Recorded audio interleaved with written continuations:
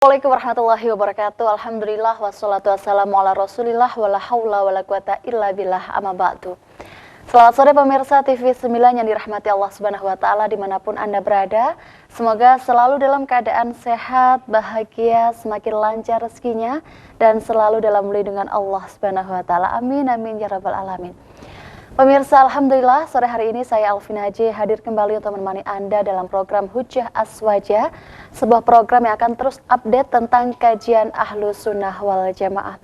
Pemirsa, beberapa hari yang lalu daerah kita yaitu di Provinsi Jawa Timur khususnya di daerah Lumajang sedang terjadi bencana alam yaitu tanah longsor dan juga banjir lahar dingin Semeru. Kita doakan semoga seluruh korban yang sedang mengungsi ataupun masyarakat sekitar diberikan ketabahan, kekuatan dan terus sehat dalam menjalani kesehariannya. Amin amin ya rabbal alamin. Nah pemirsa, dengan menghadapi sebuah musibah, tidak hanya musibah bencana alam, apapun itu ujian, bagi sebagian orang mungkin bertanya-tanya sebenarnya apa sih keharusan dengan terjadinya sebuah bencana dan apakah ada hikmah di balik terjadinya sebuah musibah. Nah ini akan kita bahas pemirsa dalam program Hujjah Aswaja kali ini, yaitu dengan tema menggali mutiara hikmah di balik musibah bersama dengan narasumber kita yang sudah hadir langsung di studio TV 9.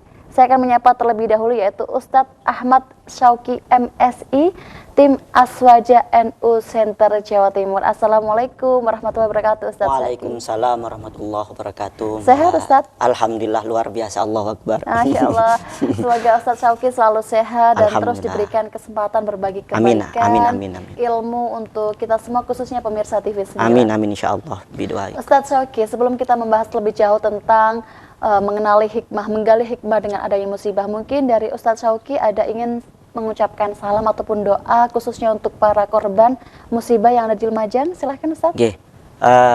Assalamualaikum warahmatullahi wabarakatuh. Para saudaraku seiman, seislam dan sebangsa dan setanah air, wabil khusus para nahdiin, para nahdiyat yang ada di Lumajang yang sekarang sedang mengalami musibah.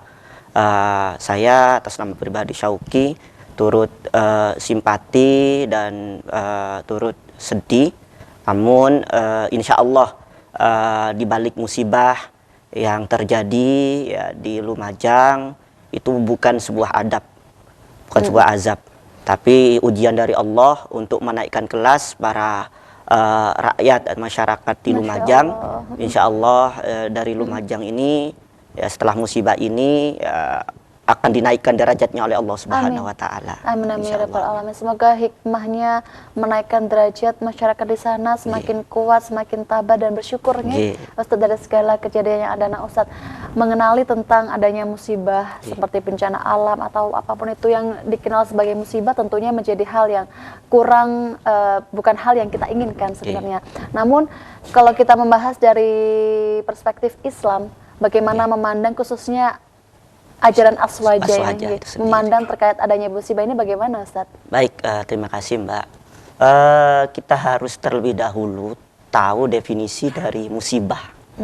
Harus memahami sejatinya musibah ini apa? Musibah itu adalah satu peristiwa dalam kehidupan, artinya ada sebuah keniscayaan yang memang dampaknya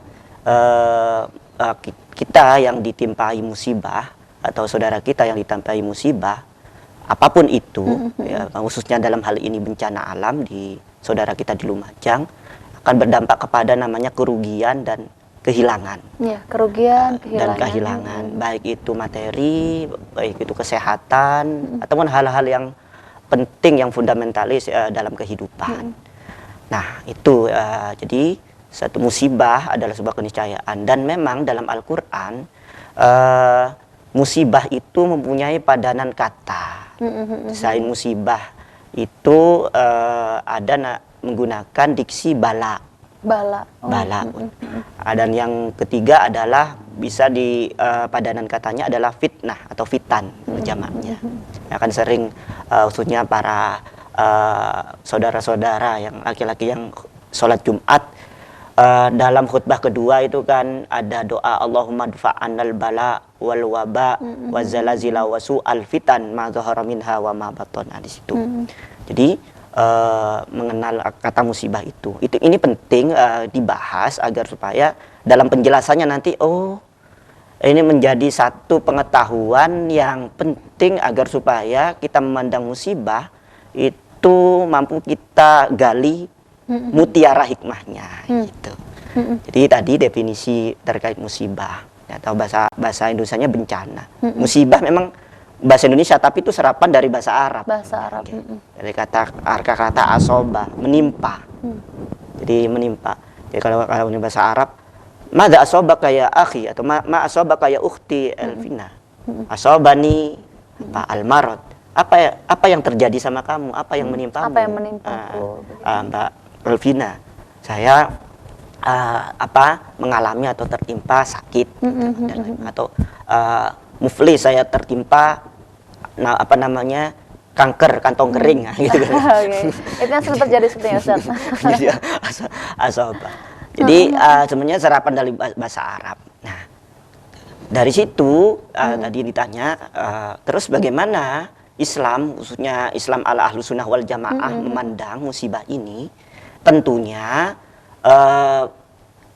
aswaja, dalam perspektif aswaja, musibah ini tentunya tidak mempunyai pandangan ekstrim, layaknya aliran Jabariyah sama aliran Qadariyah. Jadi dua aliran atau ya paham ya yang ekstrim ini, ada Jabariyah, ada yang Qadariyah. Nah, aswaja ini berada di posisi tengah-tengahnya. Maksudnya adalah apa cara pandang Jabariyah? Cara pandang Jabariyah itu yang Jabariyah itu kan berasal dari kata jabar, akar kata jabar, memaksa. Artinya di situ Allah memaksa kita manusia untuk ya menjalani hidup ini secara terpaksa. Dalam arti berarti kita tidak mempunyai otoritas dalam kehidupan ini. Jadi musibah itu murni dari takdir Allah Subhanahu. Gitu ya, berarti bisa dikatakan jadi memandang takdir segala hal dalam kehidupan kita, baik buruknya, kita tidak bisa apa-apa, itu murni dari Allah. Karena Allah. Itu pandangan Jabar ya. Jabariyah. Tentunya kita tidak seperti itu. Ataupun ekstrim yang lain, Qadariyah. Qadariyah itu mempunyai cara pandang baik buruk atau mengenai takdir musibah ini ya akibat ulah manusia. Berarti karena perbuatan manusia. Karena perbuatan manusia pure. Nah, cara pandang seperti ini melahirkan satu perspektif atau sikap yang tidak tepat. Kenapa demikian? Mungkin dalam kita terjebak dalam cara pandang Jabari atau sikap Jabari dalam memandang musibah. Maka yang terjadi adalah blame the God. Jadi menyalahkan Tuhan. Marah, kita protes kepada Allah. Allah ini. Kenapa menjadikan saya seperti ini? Padahal saya sholat 5 waktu, saya puasa. Ya Allah, na'udzubillah min dzalik. Atau itu cara pandangnya. Ataupun Qadariyah, berarti blame the victims. Itu akan melahirkan satu sikap yang menyalahkan orang-orangnya. Saya pernah ya di 9 juga. Waktu itu konteksnya kan juga Lumajang yang musibah waktu itu, Bromo itu. Karena sesajen itu, yang video viral itu. Wah ini sesajen ini murka dari Allah. Ini berarti orang Lumajang kena azab karena ada sesajen. Itu kan artinya blame the victim. Saling menyalahkan. Ada aswaja, tidak ekstrim layaknya Jabariyah dan tidak ekstrim layaknya Qadariyah. Di tengah-tengahnya berarti berpikir itu bukanlah takdir, juga bukan faktor dari ulah manusia, begitu ya pandangan cara pandangnya adalah memang segala hal dalam kehidupan ini itu ketetapan dari Allah Subhanahu wa taala. Tapi juga di situ ada namanya sunatullah. Hukum sebab akibat atau kausalitas yang mana ya manusia juga mempunyai perbuatan manusia berdampak pada terjadinya musibah. Oke, Masya Allah, semakin menarik ya Ustaz ketika bahas. Kita akan lanjutkan pemirsa tentang musibah, bahwa ajaran Ahlus Sunnah wal Jamaah tidak memandang musibah itu sebagai takdir ataupun ulah manusia. Namun untuk itu kita perlu ketahui lagi ya Ustaz, bagaimana aswaja memandang tentang adanya bencana ataupun musibah ini Ustaz. Bagaimana itu Ustaz? Sekali lagi cara pandang Ahlus Sunnah wal Jamaah atau aswaja terhadap musibah itu memang takdir atau ketetapan dari Allah Subhanahu wa taala. Namun juga di situ Allah menyusun adanya sunnatullah, hukum kausalitas itu. Bahwasanya di situ ada sebab dan itu ada akibat. Berarti di situ memang ada ulah manusia juga. Saling berkaitan ya. Jadi aja saling berkaitan. Karena begini, Mbak, kita harus tahu, harus mengerti dulu bahwasanya musibah itu adalah bagian takdir dari Allah Subhanahu wa taala. Ini juga harus dipahami bahwa Harus ini dipahami. ada unsur takdir, melainkan juga ada unsur dari ulah manusia. Ulah manusia. Nah, sebenarnya takdir sendiri itu kan bisa bermakna tiga. Yang pertama takdir ya dari akar qadara itu ya, itu ketentuan atau ketetapan. Yang kedua adalah dengan makna ukuran atau takaran. Dan yang ketiga adalah seakar dengan kata qadar, Lailatul Qadar, kemuliaan, yang artinya kemuliaan.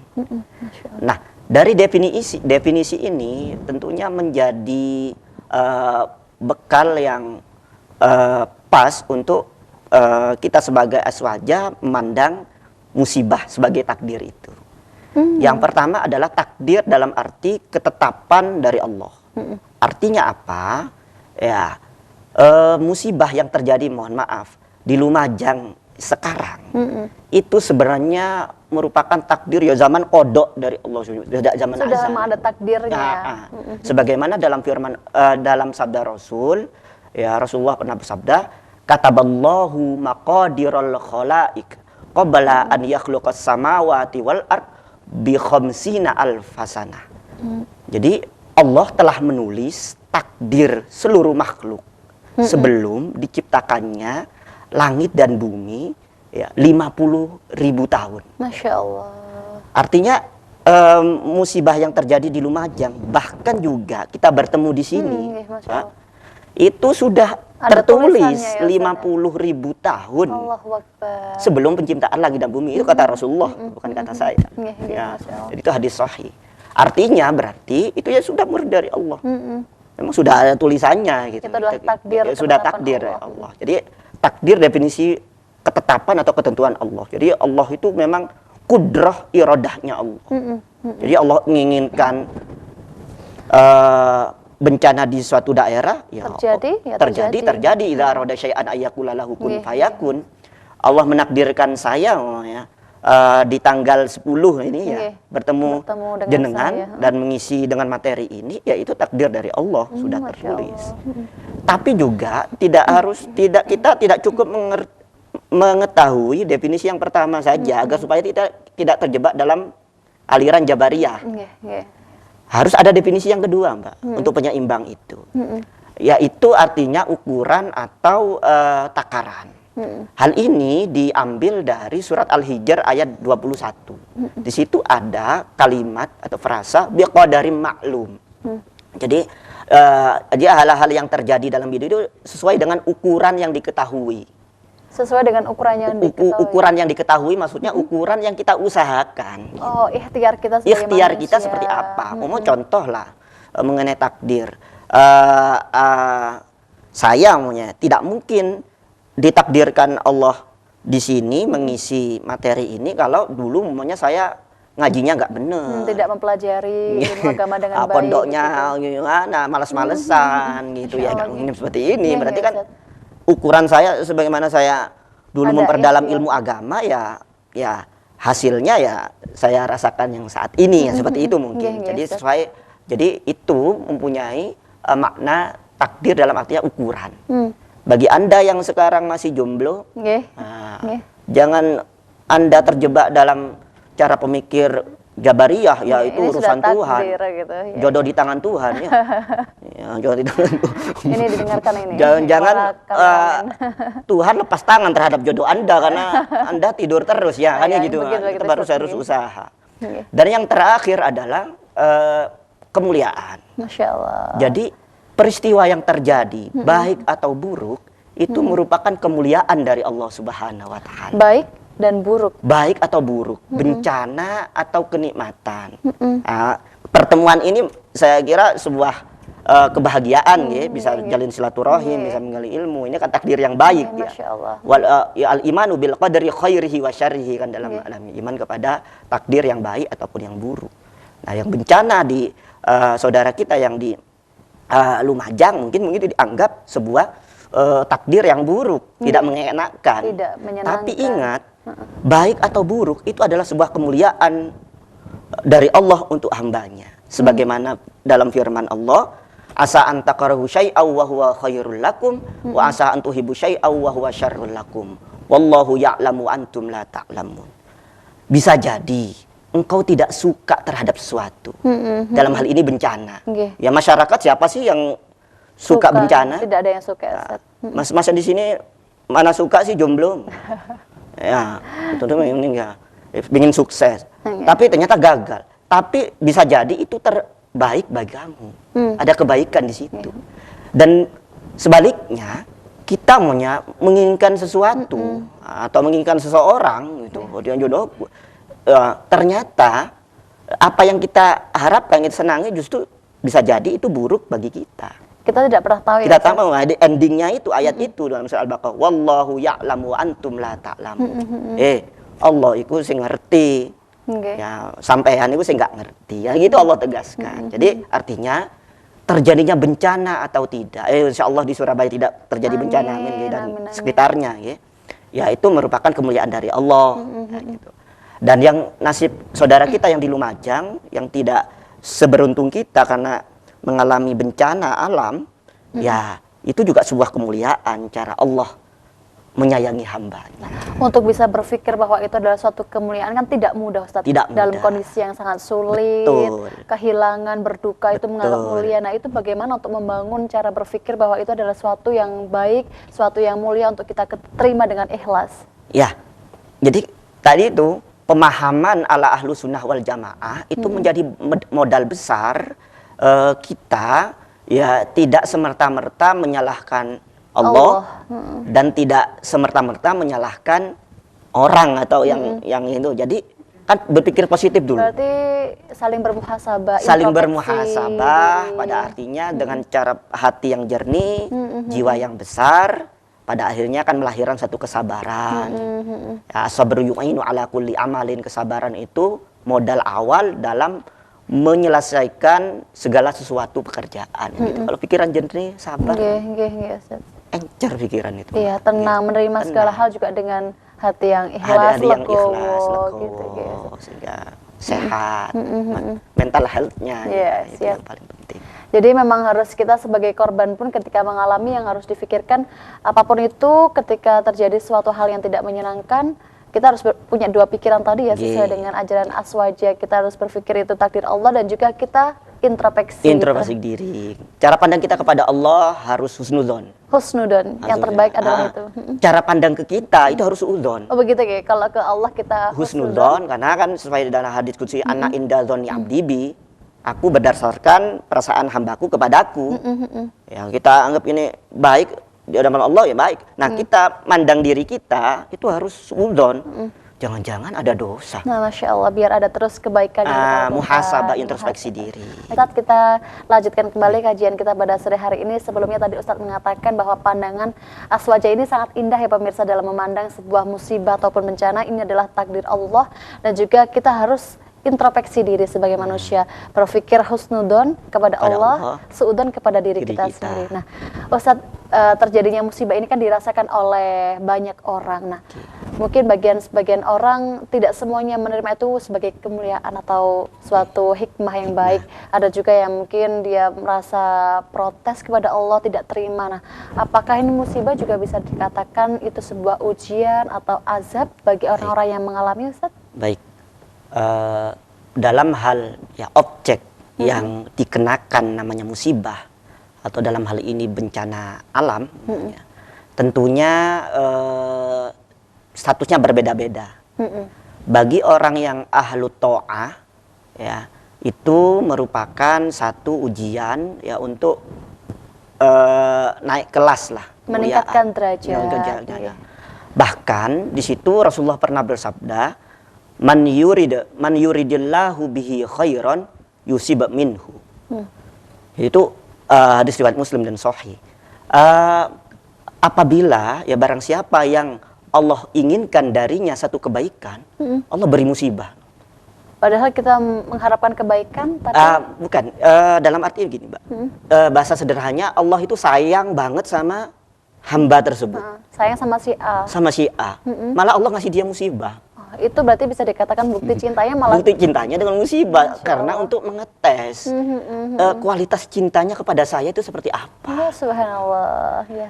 Lah bukannya kita diajarkan di situ ada nabi-nabi pilihan ya yang di antara 25 nabi mempunyai status khusus namanya ulul azmi kan. Yang di situ kan ada 5, yakni Mim, Nuh, Ibrahim, Musa, Isa, Muhammad. Kenapa di antara 25 ini terpilih 5 besar ini? Kayak karena ujiannya besar, Mbak. Tidak hanya ujian bagi dirinya, tapi ujian dari kompleks, lebih kompleks. Memang di situ Rasulullah juga pernah bersabda bahwasanya asyadul bala'i ya al-anbiya itu. Jadi paling dahsyatnya bala ujian itu ya bagi para nabi. Jadi sebenarnya apa semakin level kita itu Semakin tinggi, di depan musibahnya besar, Mbak. Contoh lah, santri sama kiai. Sebenarnya masalahnya juga lebih besar ya. lebih banyak kiai. Seperti hal kerja karyawan sama bos juga. Bos, bos Ujiannya jadi lebih sederhananya ya, beratnya. analoginya sederhana Iya, seperti itu. Jadi artinya ya tadi itu bagi untuk yang ahlu ta'ah itu ujian dan itu bentuk ya cinta Allah kepada hamba. Masya Allah. Bagi ahlul maksiyah, ya melakukan maksiat, ya orang Islam, orang iman yang tapi melakukan maksiat, gitu. Sholat STMJ, sholat terus maksiat jalan, gitu ya. Astagfirullah. Jadi itu sebagai penggugur dosa, bisa dikatakan sebagai penggugur atau penghapus dosa. Di situ juga Rasul pernah bersabda, bahwanya tidaklah Allah menurunkan musibah atau bencana melainkan sebagai penghapus atau penggugur dosa. Masya Allah, sebegitu Hadis riwayat sayangnya Ahmad dan Allah Tirmizi. kepada umatnya meskipun dia bermaksiat ketika bencana datang itu sebagai Ya, penggugur dosa. sebagai penggugur dosa, Mbak. Namun Makanya- Ustadz, mohon maaf, itu sebagai penggugur dosa bagi pelaku maksiat ketika dia mensyukuri musibah, tapi ketika dia tetap tidak ikhlas, protes. Nah, ya makanya bagaimana? cara paham Islam ahlu sunnah wal jamaah ini harus benar dulu. Gitu nih. Nah, kalau nggak gitu bingung memandang ini seperti apa. Kalau Iya, kita iya. sudah ya tadi itu mengenai aswaja tidak qadariyah sama jabariyah, aja jernih memandang. Oh, bahwasannya meskipun saya maksiat tapi tetap aswaja. Dia memandang yang jangan dosaku kira gak bopo lah Suudzon ya, dibersihkan. ke diri Suudzon sendiri. pada diri sendiri gitu. Tapi kepada Allah harus husnudzon. Jadi itu kepada ahlul maksiat. Dan kepada orang yang kafir, baik atau kufur dalam perbuatannya, baik itu kufur secara teologi ataupun kufur secara perbuatan, ya itu bisa dikatakan azab. Bisa dikatakan sebagai azab. Azab bisa dikatakan atau kemungkinan azab. Tapi kan sekali lagi cara aswaja memandang kita bisa menjudge itu azab. Kita sebagai manusia tidak berhak. Tidak mengatakan. berhak, tapi kita memandang bahwasanya itu adalah ujian. Ya, kemungkinan. Sehingga kalau ujian itu ya di situ akan tergali namanya mutiara hikmah. Ya, Masya Allah. Berarti harus dipahami bahwa dalam setiap kejadian, sekalipun itu adalah hal yang tidak kita sukai, Kita sukai dan yang mengalami itu orang yang menurut kacamata kita itu buruk ini. Gitu. Itu tetap kita maknai sebagai mungkin sebagai penguat Ustadz, sebagai ketika kita sebagai objeknya ataupun kita sebagai korban. Untuk saat ini kan kita warga Surabaya tidak mengalami dan semoga tidak mengalami Amin, juga amin, Ustadz. Tapi bagi korban yang mengalami itu untuk mengolah sikap yang agar terus bisa berhusnudzon ke Allah itu bagaimana Ustadz? baik. Setidaknya ada ya satu prosedur ya Allah ajarkan, Rasulullah ajarkan kepada kita, yaitu ikhtiar, doa, baru terakhir tawakal. Ikhtiar, doa. Ikhtiar, doa, tawakal. Sebenarnya semua ini kesinambungan. Karena definisi ikhtiar itu, Mbak, adalah doa lahiriah. Sedangkan doa itu sendiri ikhtiar Batin. Ya. batiniah. Begitu ya. Ustadz. Nah, baru endingnya adalah tawakal kepada Allah karena sadar bahwasanya apa yang segala yang terjadi dalam hidup ini adalah kuasa dari ilahi. Gitu. Padahal tetap harus ada rasa tadi berdoa itu adalah untuk batiniah kita, ikhtiar lahirinya sikap kita dalam Ye. menghadapi salah satunya nggak boleh protes tadi ya Ustaz. Protes. Tetap harus ikhlas memandang bahwa itu Belum ujian. ngeluh. Tidak boleh ngeluh. Ngeluh. Ngeluh sedikit sebentar mungkin boleh Ustaz, tapi harus Sedih mungkin. sedih, kecewa merasa boleh ya kecewa. Ustaz. Manusiawi kok. Tapi kan setelah itu ada istilahnya, namanya saya dibaca di jurnal mengenai fikih bencana itu mitigasi bencana. Artinya mitigasi bencana itu sebenarnya titik poinnya adalah setelah bencana itu keadaannya seperti apa orang itu gitu. Oh, oke. Jadi Ya kalau ketika bencananya ya semuanya sedih, Mbak. sedih, Ya, kecewa, semuanya kecewa, shock. shock, katanya. Tapi setelah terjadinya bencana itu reaksinya seperti apa? Gitu. Itu bisa menjadi penilaian Allah tadi ya, Ustaz, dalam menilai derajat manusia. Ya bisa jadi sebelumnya dia ahli ibadah, ketika mendapatkan musibah Allah uji, sayang, ini dia ahli ibadah sih, coba ibadahnya memang karena cinta saya atau karena berharap surga ini. Oh, gitu. Kan gitu. Menilai Saya uji, keriduan, Sret. ya. Saya bikin dia lingkungan dia terjebak dalam musibah toxic relationship. Hubungan yang tidak baik. Akhirnya stres, akhirnya lupa sholatnya, lupa keluarganya, stres, akhirnya tidak jernih dalam pikiran. Bisa jadi, ketika dia nggak lulus. Atau sebaliknya, yang semula sebelum mengalami musibah dia ahlul maksiyah, terus dia mengalami musibah, lalu tiba-tiba dia ingat, ya Allah, selama ini saya itu pacaran itu nggak bener, ya Allah. Ya Allah, ya, Gitu ya. Wes, stay halal sampai akadnya. Akhirnya Allah berikan dia istri yang solihah, Mbak, pasangan yang soleh. Gitu. Ustaz, ketika kita memandang sebuah musibah dalam segi permasalahan umum, fenomena umum, bukan hanya tentang bencana alam, itu bagaimana Aswaji memandang tentang kejadian-kejadian yang mungkin ini juga berhubungan dengan agama, kontroversi dan lain sebagainya. Itu apakah memaknai musibahnya sama seperti halnya kita memahami musibah bencana alam, Ustaz? Sama.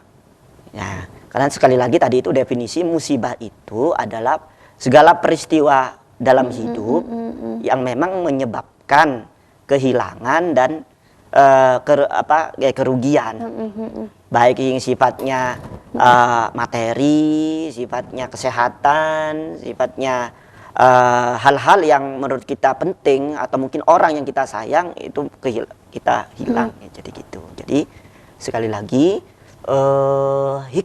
mutiara hikmah mampu kita peroleh apabila kita memandang bencana alam itu merupakan ya part of musibah secara umum. Tapi musibah itu sendiri adalah juga al-bala, itu ujian dari Allah. Dan juga di situ bisa diartinya fitan juga. Fitan dalam arti enak ataupun nggak enak gitu. Setuju ataupun nggak setuju orang yang kan musibah itu nggak perlu pamitan. Bisa tiba-tiba. Masa pamitan nggak dulu. Perlu izin dulu, saya mau kasih bencana, begitu nggak ada tanda-tanda ya, Ustaz, ya. Pamitan dulu atau siapa yang terima nggak terima harus terima. Ya, jadi ya, sekali lagi sebenarnya kembali kepada diri kita, kualitas keagamaan kita, kualitas keimanan kita yang di situ ya tentunya sesuai koridor aswaja, seimbangan antara rasional dan hati. Oke, siap Ustaz. Jadi perlu untuk kita pemirsa juga mengetahui seperti apa hikmah dengan kita menghadapi musibah ini. Penting sekali untuk kita bahas terkait musibah itu adalah hal yang tidak enak, mau tidak mau pasti kita terima ya Ustaz. Namun juga berpikir bahwa itu adalah takdir Allah. Nah, ketika kita berpikir apakah takdir yang sudah jauh dari sebelum langit bumi diciptakan kan sudah tertulis ya Ustaz. 50.000 tahun. Masya Allah. Nah, apakah takdir yang buruk itu bisa merubah menjadi suatu takdir yang baik? Apakah bisa itu Ustaz? Baik, terima kasih. Barangkali ingin saya menjelaskan mengenai pembagian takdir menjadi dua. Ada yang takdir mubrom sama takdir mu'allak. Mubrom dan sama mu'allak. Kalau takdir mubrom itu takdir yang paten, sudah tidak bisa dirubah. Ya. Contohnya seperti apa Ustaz yang masuk? Contohnya ya kematian, jodoh, ya rizki. Ya, dalam harusnya ketika kita di 4 bulan rahim dalam kandungan. Dalam kandungan. Dan takdir mu'allak itu takdir yang kondisional ya, yang itu bisa dirubah. Takdir yang kondisional. Kondisional artinya bisa dirubah oleh manusia sesuai dengan tadi itu ukuran kita. Usahanya gitu. Tapi begini Mbak, kita akan mengalami kebingungan ketika melihat realita. Tadi kan dikatakan bahwasanya ajal Itu kan namanya jodoh atau ajal dalam hal ini ya. Ajal itu takdir mubrom, paten sudah dari Allah ya. Saya meninggal umur sekian ya, nah, ya saya meninggal umur sekian. Nah, terus gimana cara pandang kita sebagai manusia? Apakah kita pasrah? Artinya bisa jadi kita pada akhirnya terjebak dalam cara pandang Jabariyah. Ya, doktrin fatalistik. Ya wis lah. Itu takdir gitu. Ya wis takdir ya wis katanya mati ya mati gitu. Wis gak rapi, mek wis jodoh ya jodoh. Padahal ada sunnah yang bisa dilakukan seperti yang katanya kalau pengen memperpanjang usia bisa dengan bersedekah begitu ya, dan lain sebagainya. Tapi begini, apa namanya? Kita harus sekali lagi memperbaiki cara pandang kita sebagai Islamnya Ahlus Sunnah wal Jamaah, bahwasannya takdir di mata Allah itu mubram semua. Masya Allah. Tapi takdir atau kejadian ya kata teman-teman Allah yang terjadi dalam hidup ini itu mu'allak semua. Oh begitu ya cara berpikirnya. Cara berpikirnya. Karena begini, maunya dalam hal rezeki umumnya. Dikatakan rezeki kalau kita judge itu rezeki atau kita tentukan rezeki itu takdir mubram umumnya. Terus orang yang bekerja siang malam nggak kaya-kaya itu gimana? Atau ada orang yang apa namanya nggak kerja ya kerja santai-santai tapi duitnya banyak gitu. Hanya kan bingung gitu. Karena berpikir bahwa itu udah takdir. Ya, sudah takdir ya wes nggak nyambut wes mabar terus ini waktu sukses ya sukses gitu. Nggak bisa kayak gitu. Tapi kita sebagai manusia punya perspektif melihat satu kejadian atau dalam hal ini takdir musibah itu ada takdir mu'allak. Itu masih bisa diusahakan kok. Umpama kita punya cara pandang bahwasanya Surabaya ini akan banjir. Ya kayaknya Surabaya ini potensi banjir. Tapi kalau cara pandang kita sebagai orang Surabaya bahwasanya takdir banjir ini adalah takdir mu'allak, maka kita ikhtiar sebisa mungkin untuk bagaimana menanggulangi banjir, buat gorong-gorong di rumah banyak gorong-gorong. Sekaligus juga di situ meningkatkan religiusitas masyarakatnya untuk selalu berdoa agar terhindar dari namanya banjir. Pada akhirnya, kalaupun seumpama Allah menakdirkan atau dalam hal ini qada yang itu ditentukan pada zaman azali, Surabaya itu mengalami banjir. Bencana, tapi karena melihat masyarakatnya luar biasa ikhtiar dan doanya, Allah hapus. Allah rubah, Allah revisi gitu. Allahu Akbar. Dengan cara berpikir mu'allak tadi ya? Mu'allak, karena di situ kan berarti berdampak kepada sikap kita itu selalu optimis gitu. Masya Allah. Berarti ini apakah ada cara-cara yang bisa kita lakukan dalam menghindari bencana bala begitu ya Ustaz? Tentunya ada usaha-usaha manusiawi dan ada usaha-usaha religius. Kalau usaha-usaha manusiawi ya layaknya yang biasanya kan dasarnya rasionalitas dan keilmuan ya, bikin gorong-gorong ini gimana, ini aturan tata bangunannya dan lain sebagainya. Tapi juga kita harus ada namanya ikhtiar religiusitas yang di situ ya termasuk dalam Rasulullah pernah berpesan as-shadaqah tutfi'ul bala. Sedekah mampu menolak bala. Nah, bicara sedekah mampu menolak bala, ini kan agama. Diekspresikan oleh budaya yang itu macam-macam, Mbak. Ada namanya selamatan ada namanya ngapunten. Saya memandang sesajen itu tidak murni itu syirik kok. Tidak murni syirik ya itu tentang syirik. sesajen. Betul. Itu karena budaya itu ya, sesuai Ustaz? dengan fatwa PWNU. Hasil dari PWNU itu saya membaca karena saya masih ingat dulu waktu di TV 9 membahas terkait sesajen yang menendang sesajen itu. Bahwasanya hukumnya memang ada yang syirik, tapi tidak hanya hukum satu itu. Bisa itu makruh, bahkan itu bisa mubah. Bahkan bisa sunnah, Mbak. Bisa sunnah? Bisa sunnah. Kok bisa sunnah? Apabila memang itu kan ekspresi budaya, itu kan tidak bisa kita nilai atur. Tidak itu bisa kan saklek gitu ya Ustaz ya, karena perasaan kan budaya, budaya apa yang cipta rasa karsa manusia kan. Selama itu berdampak baik, dan tidak merugikan, tidak ada unsur mubazir, apa yang salah? Berarti cara kita untuk tolak bala itu secara religius bisa dikembangkan melalui budaya. Terpenting poinnya tidak merugikan orang lain. Dan ada unsur sedekah, ada unsur silaturahim, kan itu kan termasuk silaturahim meluaskan rezeki dan memperpanjang usia. Bicara masalah usia itu kuantitas apa kualitas, Ustadz? Ya bisa kuantitas, bisa kualitas. Kalau urusan kuantitas urusan Allah. Ya bisa jadi Anda seorang ditakdirkan meninggal umur 60 tahun. Tapi rajin sedekah, ya sah-sah saja, Allah revisi kan. Gitu. Itu kalau kualitas kita, tapi kalau kuantitas adalah urusan Allah. Urusan ya, Allah. Pemirsa, terima kasih Anda masih setia menyaksikan program Hujah Aswaja. Dan sebelum kita akhiri program ini, pemirsa, sebaiknya kita perlu mengetahui seperti apa hikmah yang terjadi, yang perlu kita ketahui setelah kita mengalami musibah atau ketika kita melihat sebuah musibah. Nah Ustadz, ini di segmen terakhir mungkin bisa disampaikan pesan-pesan kepada masyarakat kita sebagai korban ataupun kita yang melihat sebuah musibah, bagaimana kita menerima hikmah kebaikan dalam sebuah musibah, dan mungkin juga Ustadz bisa diselipkan sebuah doa yang mungkin doa itu bisa menjadi penguat untuk kita dalam menghadapi musibah. Silahkan Ustadz. Baik, terima kasih. Tentunya kita mendapatkan mutiara hikmah ya dari musibah ini, baik kita yang tidak mengalaminya ataupun saudara kita yang mengalaminya. Ya.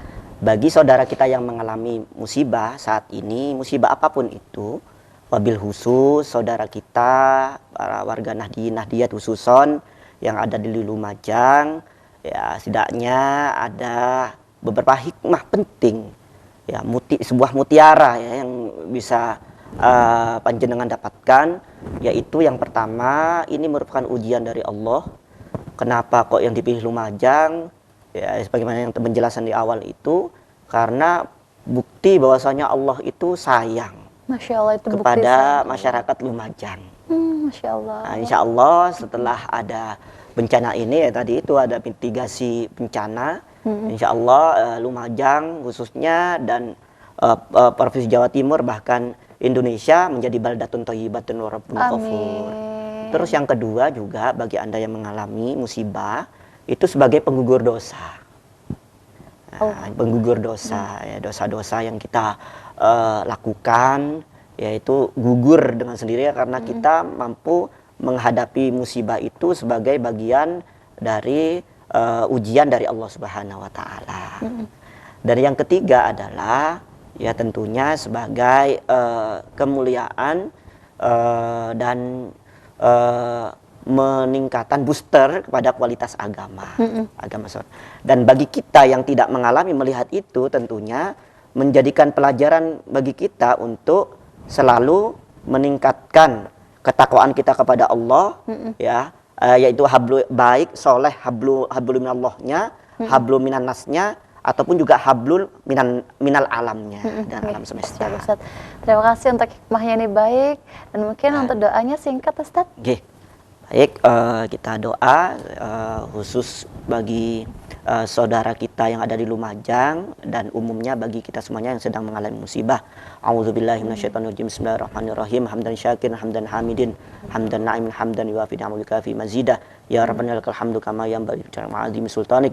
Allahumma shalli ala sayyidina Muhammad wa ala ali sayyidina Muhammad. Allahumma anfa'na al-bala wal waba wal zalazila wal mihan wa su'al fitan ma zahara minha wa ma batan an baladina Indonesia khassah wa sairil buldanil muslimin amah ya rabbal alamin. Rabbana zalamna anfusana wa illam taghfir lana wa tarhamna lanakunanna khasirin. Rabbana atina fid dunya hasanah wa fil akhirati hasanah wa qina adzabannar. Subhana rabbika rabbil izzati amma yasifun wa assalamu al mursalin walhamdulillahi alamin. Katil Fatihah. Alhamdulillah, terima kasih Ustadz Syauqi atas kesempatan waktunya hari ini untuk ilmunya yang luar biasa untuk kita semua, khususnya pemirsa TV 9. Semoga berkah dan kita sebagai umat kita terus bisa berjuang ikhtiar terbaik agar mendapatkan takdir kita yang terbaik. Terima kasih Ustadz Syauqi. Baik pemirsa TV 9, usai sudah kebersamaan kita dalam program Hujah Aswaja. Saya Alvin Haji mohon undur diri. Sekian, wallahul muwaffiq ila aqwamit thoriq. Wassalamualaikum warahmatullahi wabarakatuh.